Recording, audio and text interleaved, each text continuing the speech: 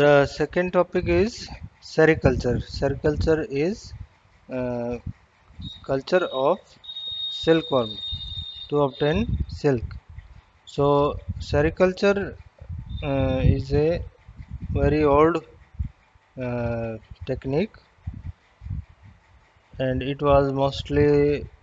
is considered to be pioneered in China, and but some people also say that it was originated in India. But most of the evidences suggest for its origin in China. And there is one widely held fable that Empress He Sung Si, Empress Shi Ling Si, HSICLING Ling, SHIC, the wife of Emperor Huang Ti, also called Yellow Emperor.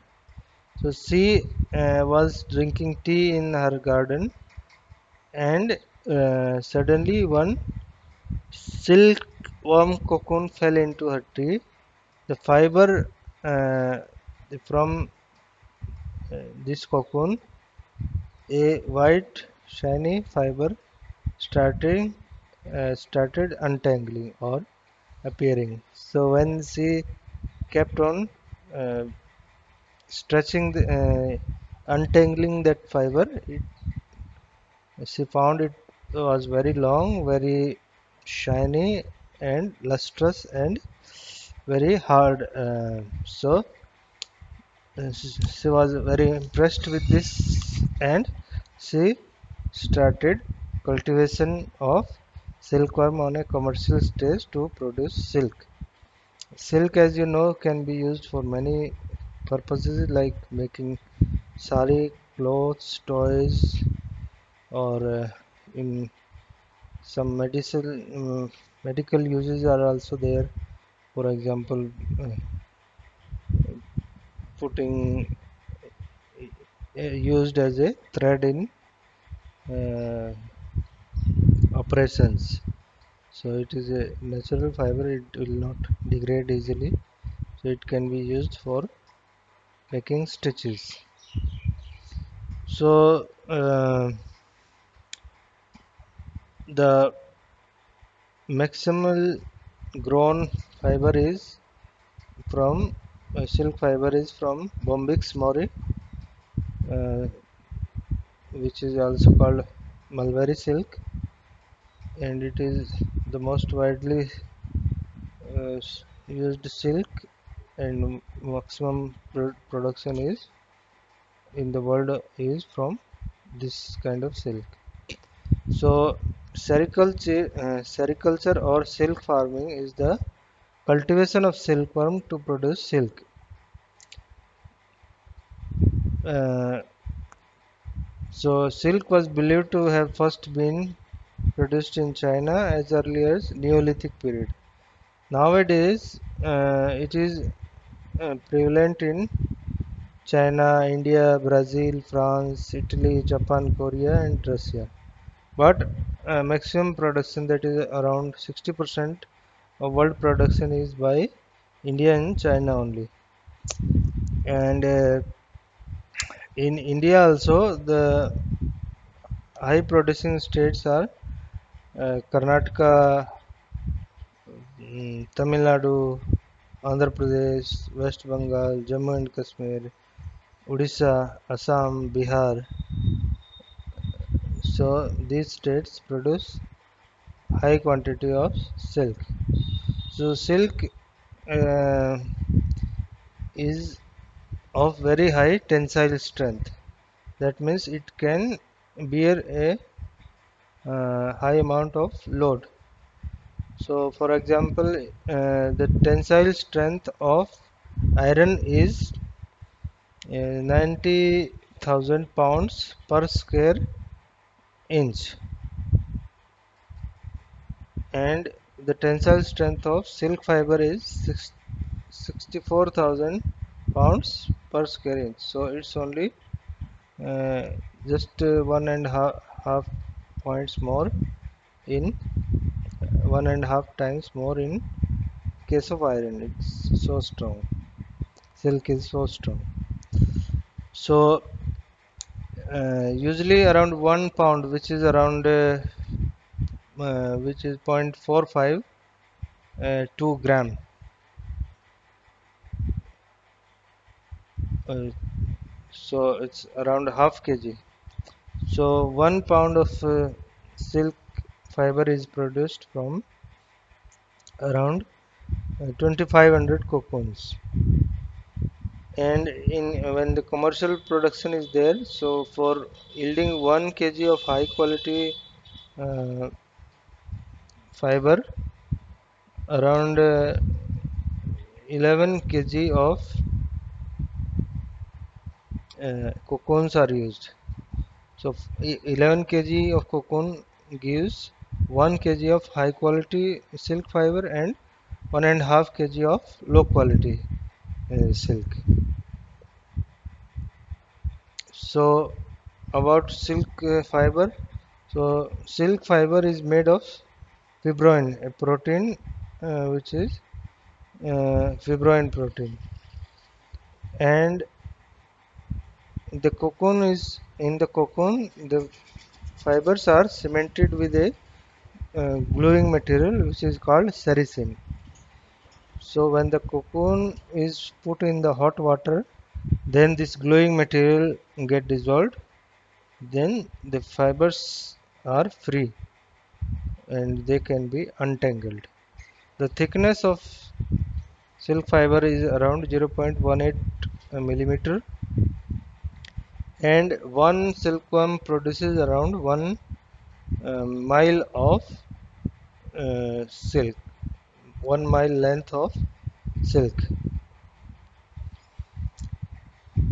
So, and silk fiber can be stretched to 1.5 times its original length. So, this high tensile strength, lustrous nature, very lightweight, and stretchability. These four qualities make it an excellent fibers. Uh, so, silk is also very costly because the production cost is very high. So in the filament around 70 to 80% protein is fibroin, and uh, fibroin is amphoteric colloidal protein of formula C15H22N5O6. Now what are the different stages in silk production? So first, the silkworm will lay eggs. Around one silkworm, silk moth. So one silk moth will lay around 300 to 500 eggs. So from the eggs, larva will come out. So they are called instar. Different one larva will molt into another stage of larva. So they are called first instar, second instars, and so on. So there are 4 5 instars of silkworm, and the final one, which is very big in size, it when it uh, changes into the pupa form, it forms a cocoon around itself. First, and how this silk is produced from this larva, which is also called caterpillar. Uh, it it secretes a liquid from its salivary gland in the thorax, in the head region, not thorax, in the head. So there are two glands of salivary glands in the head of this caterpillar, which secrete this liquid material, which upon coming in contact with the air solidifies to produce silk fiber. So this uh, larva or caterpillar uh, produces silk, and it wraps itself After maturing, it wraps itself in that silk to form the cocoon. Inside the cocoon, this larva will uh, metamorph uh, metamorph into the pupa, and pupa after some days it will metamorph into the adult moth, and moth can come out from the cocoon, and then the life cycle starts again. So the silkworm egg hatches to form larvae and caterpillar, also known as silkworms. The larvae feed on mulberry leaves. In case of mulberry silk, they grow and mold several times, and after from the final uh, larvae, it excludes a silk fiber from uh, to form a net to hold itself. It swings itself from side to side, distributing saliva that will form silk. The silk solidifies when it comes in contact with air. The silkworm spins approximately 1 mile of filament and completely encloses itself in a cocoon in about 2 to 3 days. The amount of usable quality of silk in each cocoon is small. The intact cocoons are boiled, killing the silkworm pupa. The silk is obtained by brushing the undamaged cocoon to find the outside outside end of the filament. The silk filament are then wound on a reel. One cocoon contains approximately 1000 yards of the silk filament. The silk at this stage is known as raw silk. One thread comprises up to 48 individual silk filaments. So the silk filaments uh, are joined to form one thread, around 50 filaments. So there are different varieties of silkworm. One is this mulberry silk, then tassar silk, oak tassar, then this eri silk and moga silk. Five varieties are there. So, but the most sought after variety is mulberry silk. So, other varieties together are called non-mulberry silk. In India, all these five varieties are produced. So, let's talk about mulberry silk. So, bulk of the commercial silk produced in the world comes from this variety, and often silk generally refers and it's called mulberry silk. And mulberry silk is produced by Bombix mori. It only feeds on the plants of mulberry, and the silkworm are reared and domesticated in indoors in India. And the major states are producing this variety of silk is Karnataka, Andhra Pradesh, West Bengal, Tamil Nadu, and Jammu and Kashmir, which account for around 92% of total mulberry silk production. Tassar silk, also called as tussa, is copper-like color, and coarse silk, usually uh, used for making furnishing and interiors. So it is less lustrous than the mulberry silk, but it has its own appeal and feel. The Tassar silk is produced by Antheria milletta, and this silkworm thrives on the plants of Arjun and Asan. So although mulberry silk is grown in this closed indoor buildings. It is grown indoors in the buildings or in the covered places.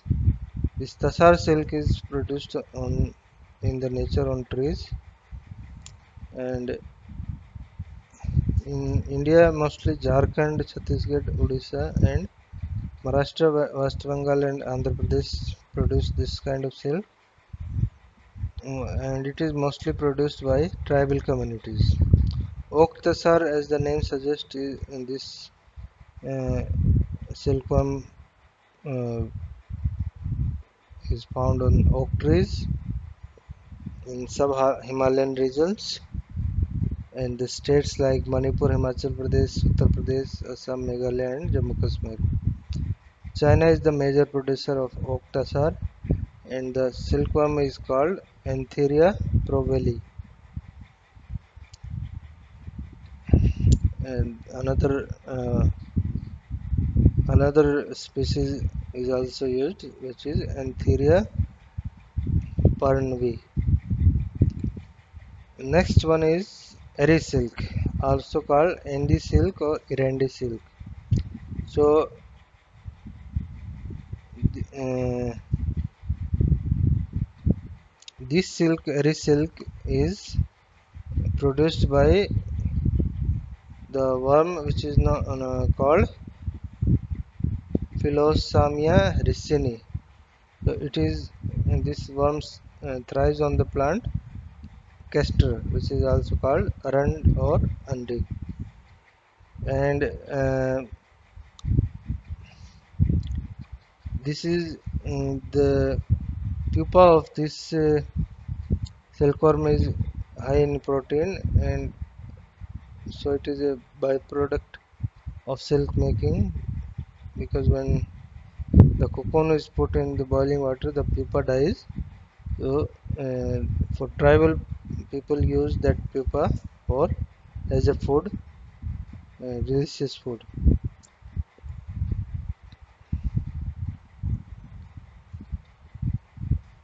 And this airy cocoons are open mouths. Other cocoons are closed completely, but these airy cocoons are open mouths. So this kind of silk is used in production of chadar by tribal people and other clothes also.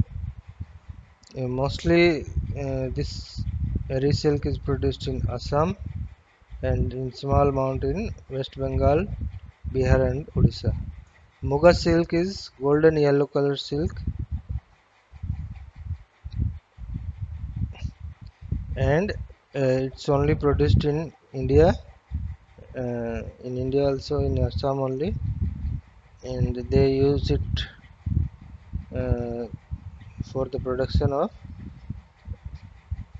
mekhalas, chadar and sarees. And the worm's name which produces the Muga silk is Antheria assamensis. It thrives on the leaves of som and swallow plants, and it is also reared. And this silkworm is reared in trees similar to Tassar silk. So these are the five varieties of silkworms. Next is the uh, disease component. Well, so to get a good yield of silk and good quality, the plant because mostly mulberry silk is grown, so we'll talk about mulberry. So the uh, mulberry plant should be healthy and yielding, disease free, and also the worm should be healthy and disease free. So the the mul so first we'll study about the diseases of mulberry tree. So there are four most prominent and common diseases of mulberry, which is leaf spot, powdery mildew, root rot, and root knot nematode disease. The leaf spot is caused by Cercospora moricola.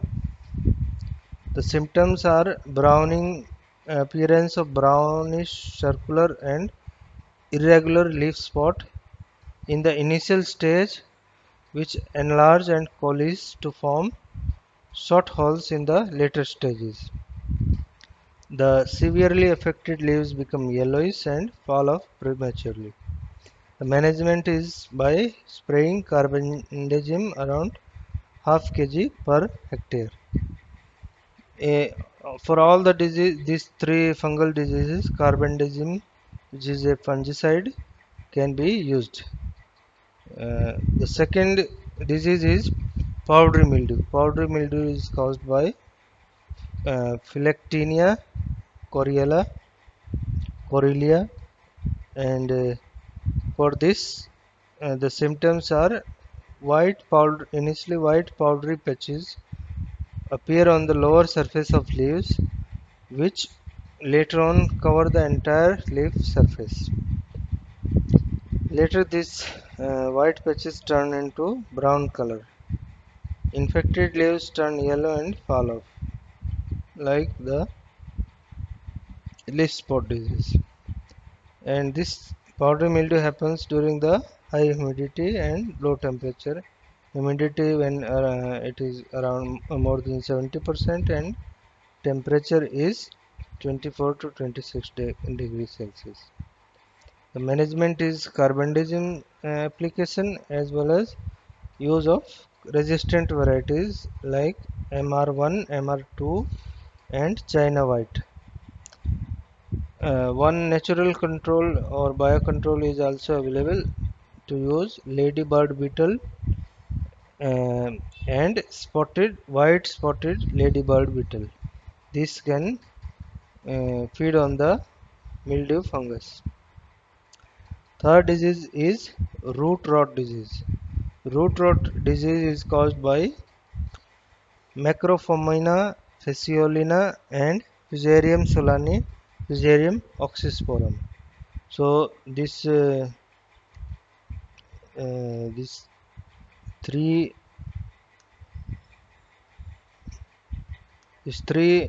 kind of fungus can cause this disease, root rot disease, and the symptoms are occurrence uh, in the initial stage.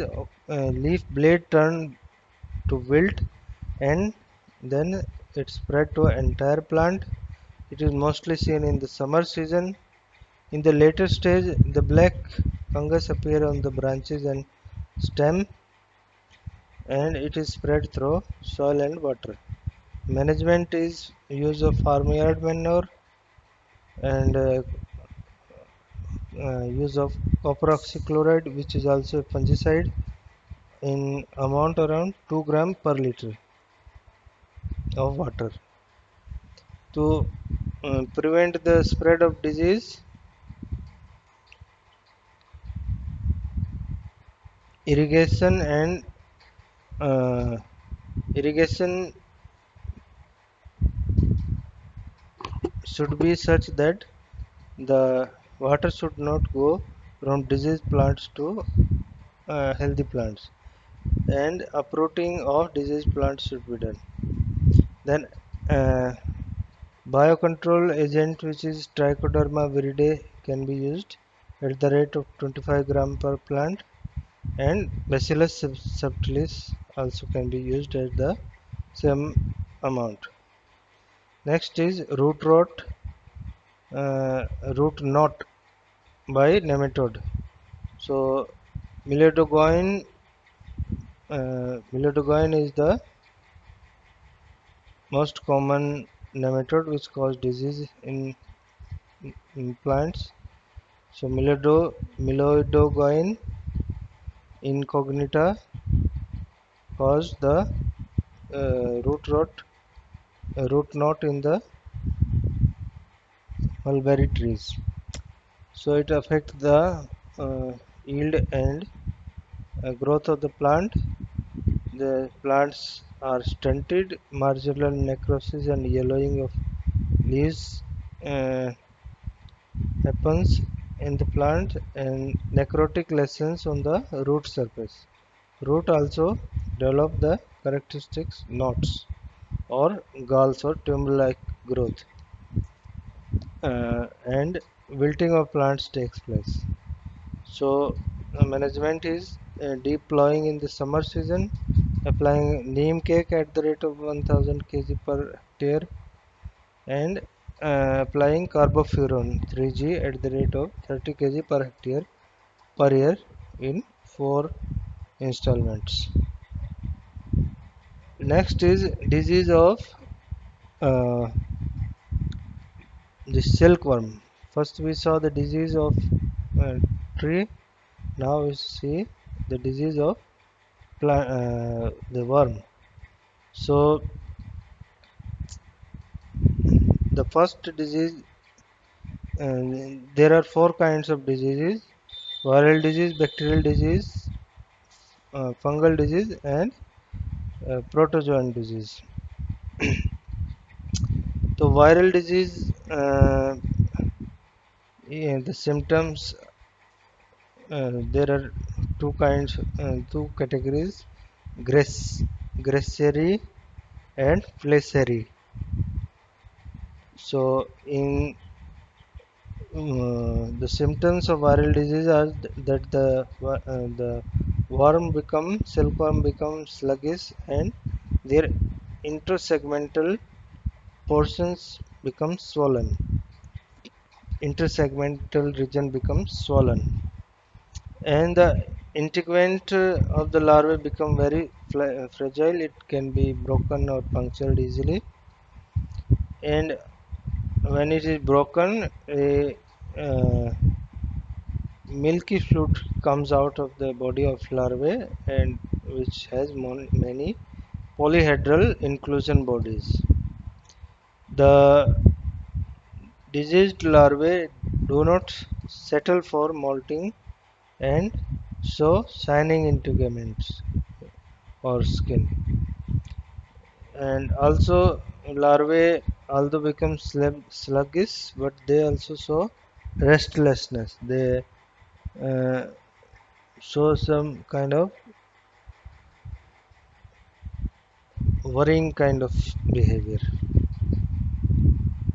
They tend to go here and there, and the dead larvae, they hang from their hind legs on the branches of trees. So these are symptoms of viral disease. Management is that the disease larvae should be identified as early as possible and should be sorted out and destroyed. The They should be either buried or thrown in the fire.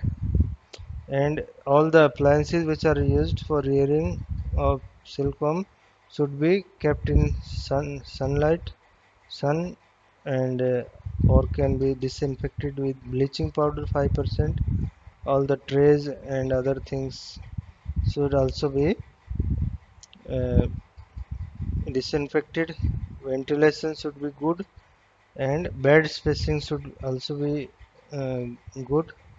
So the the beds on which they are reared, there should be enough spaces between two beds so that it does not spread from one bed to another bed. The healthy leaves should be fed to the larvae, and there is one product, Vijata or Resam Kit Ausad. This can be used after each molting, or uh, half an hour before the uh, before after molting, but half an hour before when the larvae resume feeding. And spray of 1% extract of Sorelia coryllifolia on mulberry leaves.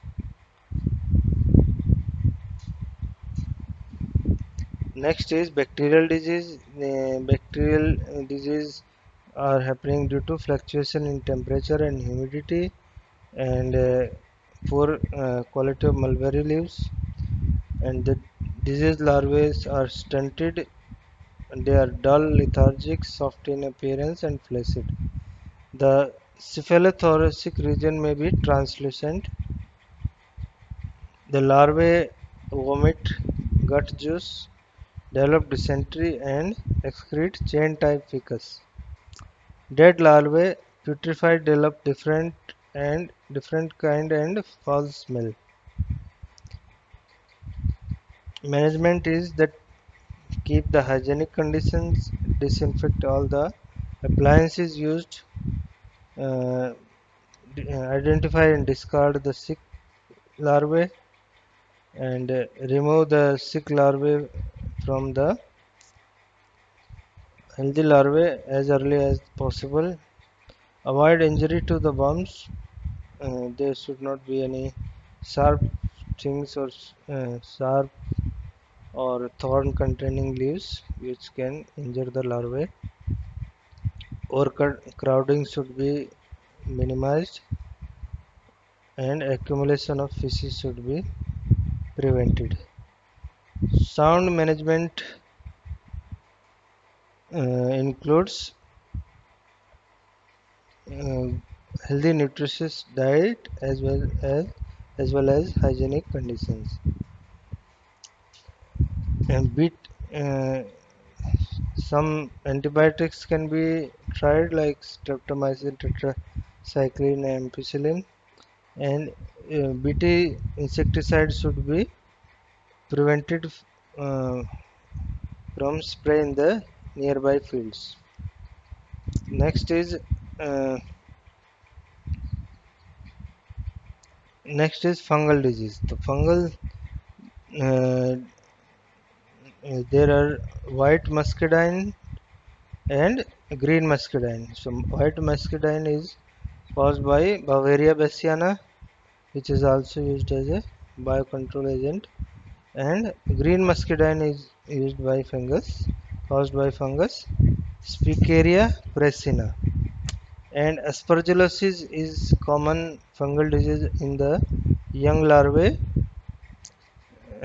which after infection by this fungus become lustrous and die. Dark green and rusty brown mycelial clusters are seen on the dead body of this larvae. So dark green uh, spots or mycelial cluster is seen in the case of Aspergillus flavus, and rusty brown in case of Aspergillus tamari. The diseased larvae becomes lethargic and flaccid lethargic before death and flaccid after death. All specks may be observed on the surface of the larvae. Uh, they gradually become hard, dry, and mummify into white or green colored structures. The management is the sun drying of the appliances, use of bleach 5%, avoiding of uh, low temperature and humidity. Rearing beds should be kept thin and dry. Early diagnosis and removal of diseased larvae and application of dithium 45 and Vegeta supplements or 4% pentachlorophenol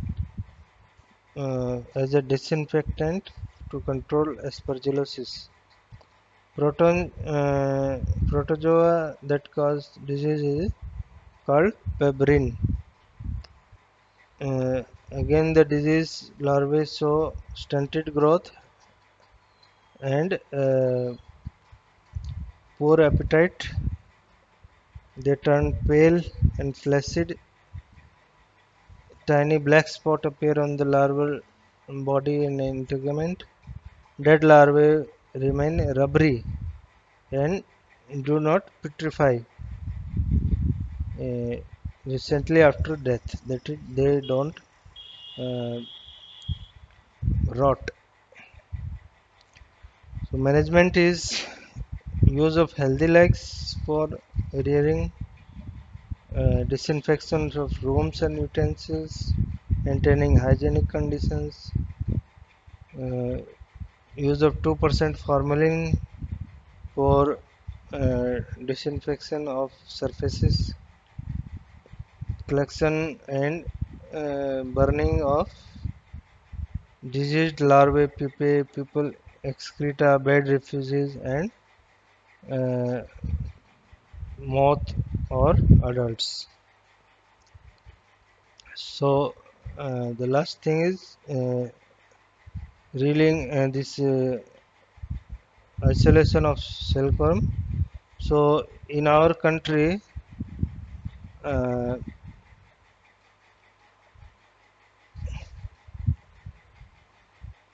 mulberry silk contributes about 95% of silk production, and in 1979 Department of Sericulture were formed with the headquarters at Salem under the Department of Industries and Commerce.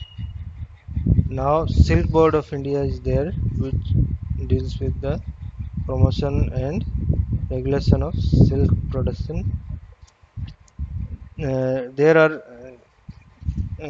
three technologies for drilling, that means isolation of silk from this cocoon and putting it in a reel. So for this there are three techniques are used. One is charkha, second is cotton basin or domestic basin, and third is multi-end drilling. So charkha is about done with 50% silk production, and this cottage basin for 35 to 40%, and only uh, multi-end drilling for the rest of the silk production. But the charkha process is not very good. It is a handloom industry, but it saves the cost. It keeps uh, the silk production commercially viable. Cottage basin although produces better quality, but it uh, is highly costly, and still with this technology also India cannot produce international grade silk.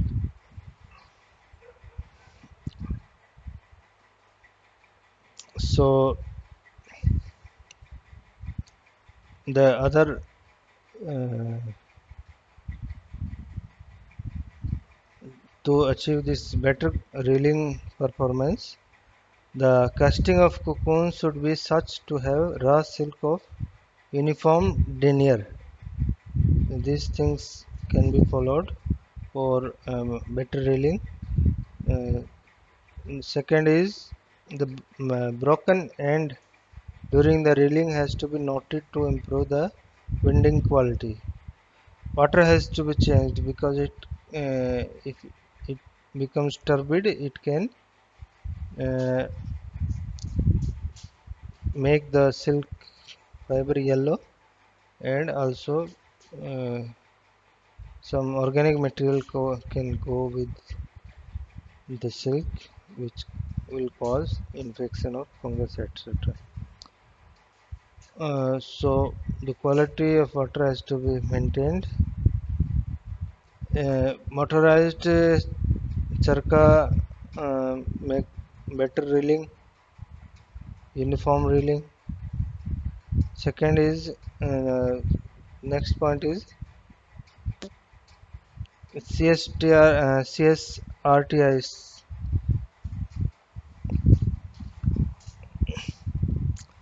Silk Research and Training Institute. uh, also had developed oven oven drilling to reduce the cost, and drying during the reeling to reduce the gun spot is important. And silk waste can be used for many other purposes, so it should be uh, stretched, dried and compressed and stored properly so that the transportation costs are low. So this silk board has given many benefits to the farmer, among which uh, one is separate rearing room for silkworm and use of mulberry branches as feed to worm, and use of disinfectant and supplies of chalky worm. Chalky worm are good quality worms. So in Tamil Nadu, around 27% of the uh, worms are chalky worms, which is highest uh, at the national level compared to other states. And the Tamil Nadu also have high productivity, which is around 70 kg per 100 DFLs, and the average is 58 kg. So with this, this sericulture is over.